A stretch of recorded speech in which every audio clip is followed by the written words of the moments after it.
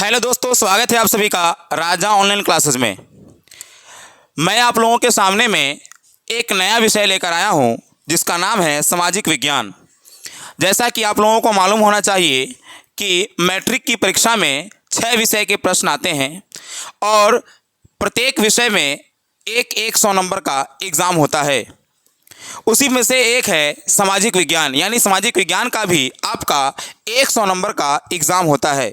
इसका मतलब ये हुआ कि हमें सामाजिक विज्ञान की भी तैयारी करनी पड़ेगी, क्योंकि इससे संबंधित 100 नंबर का प्रश्न एग्ज़ाम में आता है। तो आज हम लोग सबसे पहले देखेंगे, क्योंकि आज हमारा फर्स्ट क्लास है, इसीलिए सबसे पहले आज हम लोग सामाजिक विज्ञान की परिभाषा को समझेंगे। यहाँ लिखा है कि विज्ञान के जिस शाखा में मानव समाज एवं उससे संबंधित चीज़ों का अध्ययन करते हैं उसे सामाजिक विज्ञान कहते हैं। इसका मतलब ये हुआ कि जो सामाजिक विज्ञान है यह भी एक विज्ञान की शाखा ही है, यानी ये जो सामाजिक विज्ञान विषय है ये विज्ञान से ही निकला है। इसीलिए हमने यहाँ लिखा है विज्ञान के जिस शाखा में मानव समाज। मानव समाज का क्या मतलब? मानव समाज का मतलब है कि लोगों का ऐसा समूह, मनुष्यों का ऐसा समूह जहाँ पर लोग अपना जीवन यापन करते हैं, जहाँ पर लोगों के लिए हर एक प्रकार की सुविधाएं होती है, चलने के लिए सड़कें होती है, रहने के लिए अच्छा घर होता है, जीने के लिए अच्छा वातावरण होता है, उसी को हम कहते हैं समाज। यानी उसी समाज के बारे में हम पढ़ते हैं सामाजिक विज्ञान में। इसीलिए हमने यहाँ पर परिभाषा लिखा है कि विज्ञान के जिस शाखा में मानव समाज एवं उससे संबंधित चीज़ों का अध्ययन करते हैं उसे हम सामाजिक विज्ञान कहते हैं। इसका परिभाषा में एक ही बात मूल है, मानव समाज, यानी मानव समाज से ही यह परिभाषा बनता है। वैसे तो सामाजिक विज्ञान में बहुत सारे विषय होते हैं, लेकिन हमें मैट्रिक के लिए सिर्फ और सिर्फ 5 ही विषय पढ़ने हैं और वह 5 विषय यहाँ पर हमने लिखा है। सबसे पहला आपका विषय है भूगोल, दूसरा है आपदा प्रबंधन, तीसरा है इतिहास, चौथा है अर्थशास्त्र और 5वां है राजनीति शास्त्र। यानी ये 5 विषय जो हमने यहाँ पर लिखा है ये 5 विषय सामाजिक विज्ञान के अंतर्गत आता है और ये 5 विषय मिलकर के बनता है एक विषय सामाजिक विज्ञान। जैसे मैट्रिक में एक एग्ज़ाम होता है सब्जेक्ट का जिसका नाम है साइंस।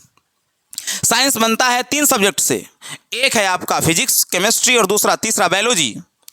तीनों से मिलकर के बनता है आपका साइंस। उसी प्रकार से सोशल साइंस यानी कि सामाजिक विज्ञान 5 विषय से मिलकर बनता है भूगोल, आपदा प्रबंधन, इतिहास, अर्थशास्त्र और राजनीति शास्त्र।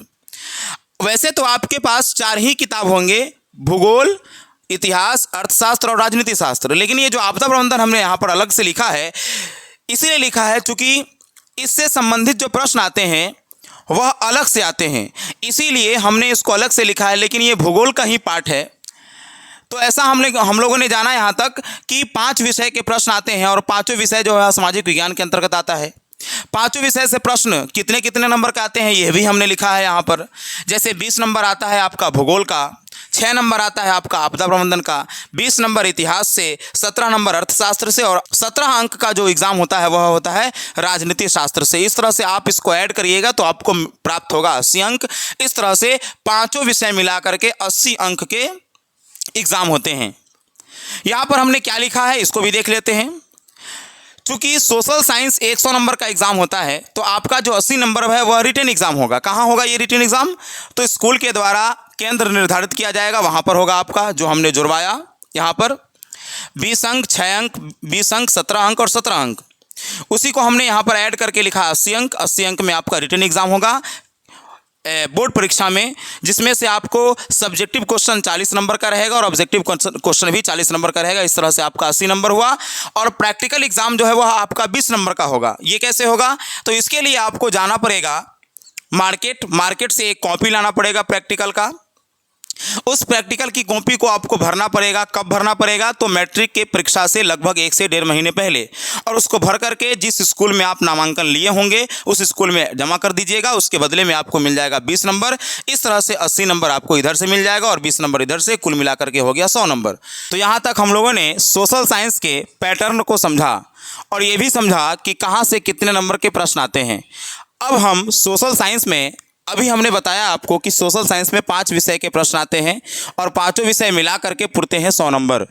उसी में से एक है भूगोल और यहाँ से हम लोग अब भूगोल की कक्षा को शुरू करते हैं और हम भूगोल पढ़ते हैं, देखते हैं कि भूगोल क्या होता है। सबसे पहले हम लोगों ने भूगोल की परिभाषा को लिखा है। जैसे अभी हमने आपको बताया कि सामाजिक विज्ञान जो है वह साइंस की शाखा है, यानी विज्ञान की शाखा, यानी विज्ञान से निकला है सामाजिक विज्ञान। और सामाजिक विज्ञान के अंदर बहुत सारे विषय आते हैं, उसमें से एक है भूगोल। इस तरह से सामाजिक विज्ञान की शाखा हुई भूगोल। इसीलिए हम लोगों ने हमने यहाँ पर लिखा सामाजिक विज्ञान की वह शाखा, मतलब जो सामाजिक विज्ञान था आपका वह विज्ञान की शाखा था, और जो भूगोल है यह सामाजिक विज्ञान की शाखा है। इसीलिए हमने यहाँ पर लिखा कि सामाजिक विज्ञान की वह शाखा जिसके अंतर्गत हम पृथ्वी के ऊपरी स्वरूप। अच्छा, पृथ्वी के ऊपरी स्वरूप का क्या मतलब होता है? तो पृथ्वी के ऊपरी स्वरूप का मतलब होता है कि हम लोग जिस पृथ्वी पर रहते हैं वहाँ पर विभिन्न आकार के बहुत सारी चीज़ें दिखाई पड़ती है। कहीं पठार है, कहीं पहाड़ है, कहीं समुद्र है, कहीं मैदान है, यानी अलग अलग रूपों के, अलग अलग आकारों के कई सारी चीज़ें दिखाई पड़ती है।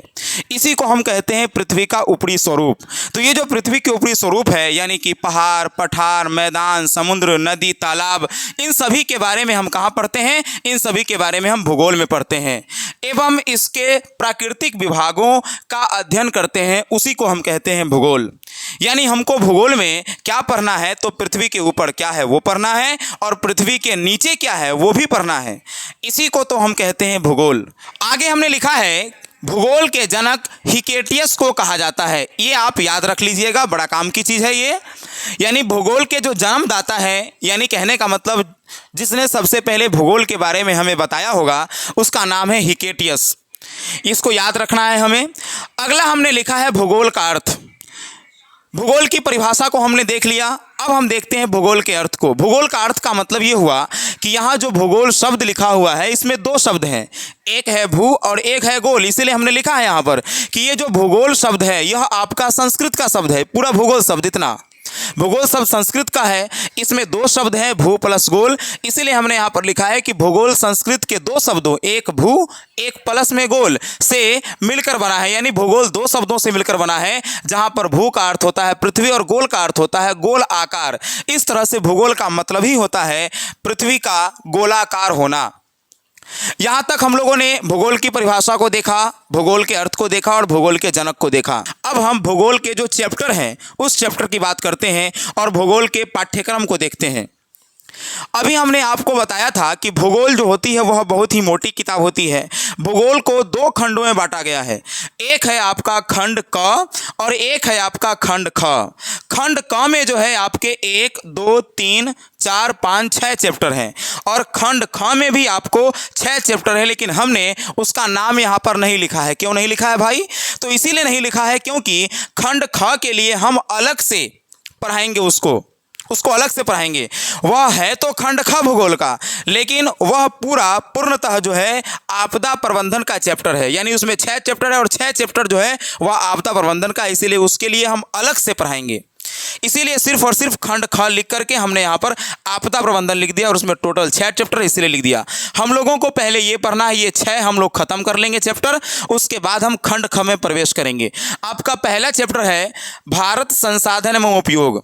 इसमें हम लोगों को संसाधन के परिचय के बारे में पढ़ना है, यानी संसाधन क्या होता है, संसाधन की परिभाषा, संसाधन के विभिन्न प्रकारों के बारे में पढ़ना है। यानी इसमें सिर्फ और सिर्फ संसाधन का परिचय पढ़ना है, संसाधन का प्रकार पढ़ना है। उसके बाद जो आपका पहला चैप्टर है उसी के अंतर्गत उसी को कई भागों में बांटा गया है। पहला है आपका भूमि संसाधन, जल संसाधन, वन एवं वन्य प्राणी संसाधन, खनिज संसाधन, शक्ति यानी कि ऊर्जा संसाधन। यानी कि इसको 5 भागों में बांटा गया है इसी पहले चैप्टर को। इसमें हम भूमि के बारे में पढ़ेंगे, भूमि कितने प्रकार के होते हैं इन सभी के बारे में पढ़ेंगे। इसमें हम जल संसाधन के बारे में पढ़ेंगे, जल का उपयोग पढ़ेंगे, जल का क्या महत्व है हमारे जीवन में ये पढ़ेंगे। इसमें हम पढ़ेंगे वन यानी जंगल के बारे में और वन में रहने वाले जीवों के बारे में। इसमें हम पढ़ेंगे खनिज के बारे में। इसमें हम पढ़ेंगे ऊर्जा के बारे में। यानी कहने का मतलब ये हुआ कि इस पूरे 5 चैप्टर में हमें सिर्फ और सिर्फ संसाधन के बारे में पढ़ना है। आपका दूसरा चैप्टर है कृषि, तीसरा चैप्टर है निर्माण उद्योग, चौथा चैप्टर है परिवहन, संचार एवं व्यापार, 5वां चैप्टर है आपका बिहार से संबंधित, जिसमें हमें कृषि एवं वन संसाधन के बारे में पढ़ना है, लेकिन ये बिहार का रहेगा, सिर्फ भारत का नहीं। अगला है हमारा मानचित्र अध्ययन, यानी मानचित्र के बारे में हम लोग इसमें समझने का प्रयास करेंगे। और जो आपका खंड ख है, अगर खंड क खत्म हो गया तो समझ लीजिए कि आपका भूगोल खत्म है, क्योंकि खंड ख में तो कुछ है ही नहीं, बहुत छोटा छोटा चैप्टर है जिसको हम आपदा प्रबंधन कह सकते हैं। उसमें 6 चैप्टर है, हर चैप्टर 4 से 5 पेजेज का है, वह बहुत ही जल्द खत्म हो जाएगा और उससे नंबर भी कम आते हैं, 6 नंबर के प्रश्न ही आते हैं उसमें, लेकिन पढ़ना तो पड़ेगा ही। इस तरह से हम लोगों ने यहाँ तक इसको देखा। तो यहाँ तक हम लोगों ने सामाजिक विज्ञान की परिभाषा को देखा, सामाजिक विज्ञान के अंतर्गत कौन कौन से विषय आते हैं उसको भी देखा, जो हमारे मैट्रिक के लिए महत्वपूर्ण था। और हमने यह भी देखा कि सामाजिक विज्ञान में कहाँ कहाँ से कितने नंबर के प्रश्न आते हैं, किस विषय से, उस पैटर्न को भी समझा। उसके बाद हम लोगों ने भूगोल की परिभाषा को देखा, भूगोल के जनक को देखा, भूगोल के अर्थ को देखा, भूगोल के पाठ्यक्रम को देखा। अब हम भारत संसाधन एवं उपयोग के बारे में, यानी भूगोल के पहले चैप्टर के बारे में अगले वीडियो में बात करेंगे। इसीलिए आप अगले वीडियो का इंतज़ार कीजिए। आज के लिए इतना ही, फिर मिलते हैं नेक्स्ट क्लास में। तब तक के लिए धन्यवाद।